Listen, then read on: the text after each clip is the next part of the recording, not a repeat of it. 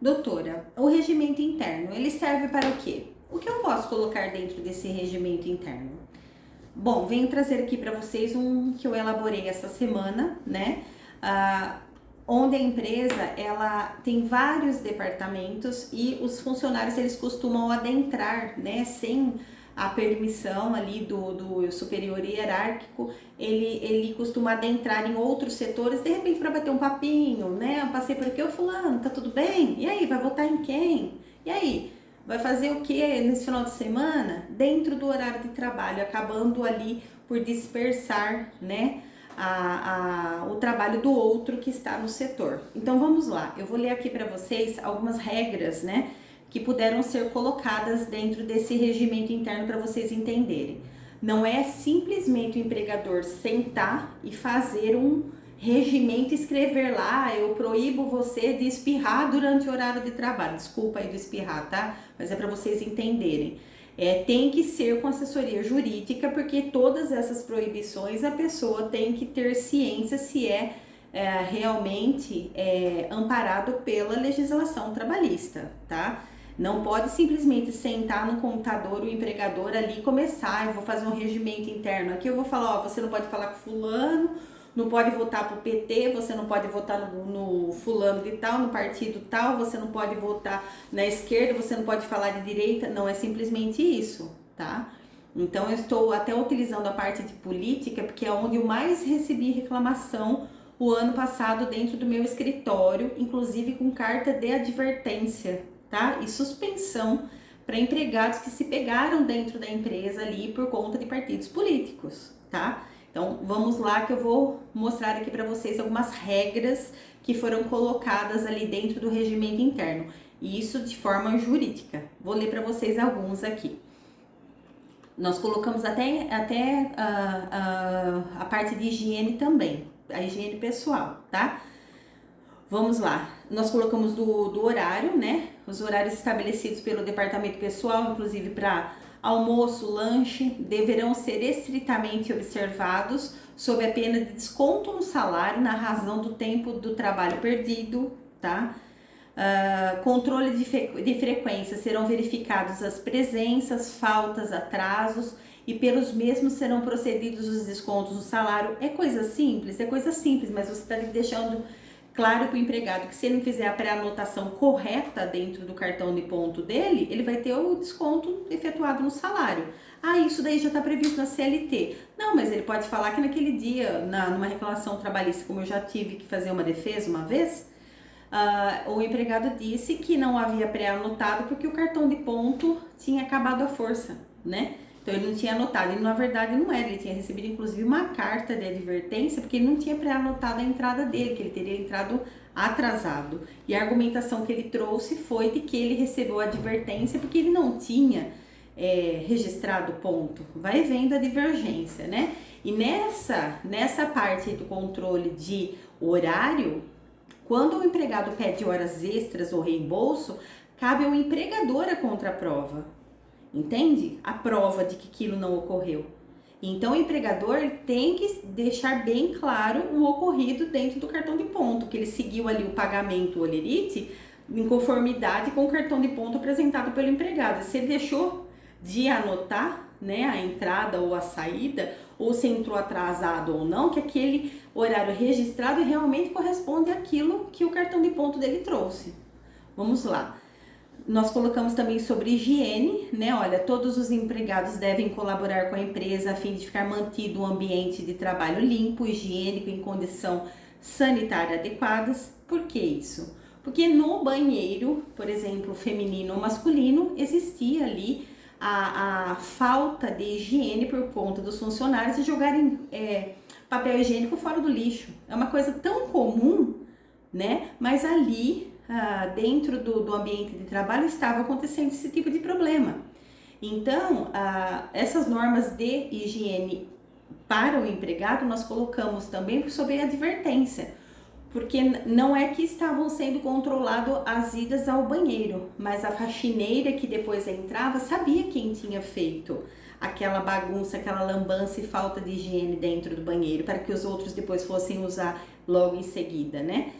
Era uma empresa pequena, ali com 10 funcionários, e tinha uma faxineira, e ela sabia exatamente quem tinha ido lá e não tinha efetuado ali a higiene correta, jogando o papel higiênico dentro do lixo. Então, nós colocamos isso também dentro do regimento interno. Vocês veem, são coisas simples, né? Que são, como alguns empregadores já me disseram, ai doutora, que coisa, né? A gente tem que criar um regimento interno para que a ética seja exercida dentro da empresa. Sim, na legislação trabalhista é dessa forma. Se você vai exigir algo do seu funcionário, ele tem que ser cientificado do que você vai ter aquela exigência para com ele. Vamos lá para mais algumas coisas aqui que foi colocado. Que isso aqui foi muito importante, porque isso que foi um divisor de águas ali dentro da empresa. Utilizar a internet, e-mail da empresa para fins pessoais e em assuntos estranhos ao interesse da mesma. Tomar parte em reuniões e conversas durante o expediente sobre assuntos estranhos aos interesses e serviços da empresa, inclusive de caráter político, salvo quando for convidado pelo seu superior hierárquico a manifestar-se sobre o assunto. Vou dizer para vocês o seguinte, por exemplo, uma equipe de reunião de vendas, tá? Tem o superior hierárquico, os vendedores, e eu chamo um cliente, né, da empresa ali e quero apresentar o meu hall de produtos, né? Então todos estão ali na reunião e de repente um solta lá. E o PT?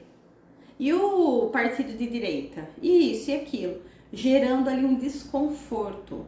Na intenção de repente puxar algum assunto, ele acaba invadindo assuntos pessoais que não eram motivos ali da reunião.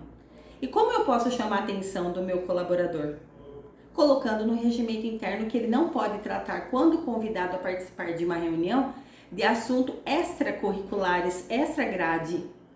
Entende? Como eu posso cobrar o meu colaborador para ele não ficar brigando com outro colaborador que não votou no partido político que ele achava que deveria ter votado?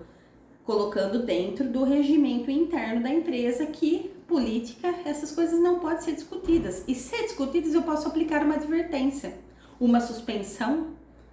Aí mexe com o bolso do funcionário. Aí eu consigo manter as regras, né, dentro da empresa. Agora, se eu não coloco isso, eu não posso exigir que não haja assuntos paralelos, né, durante o horário de trabalho, que um colaborador não invada o espaço do outro para fazer uma brincadeira, né?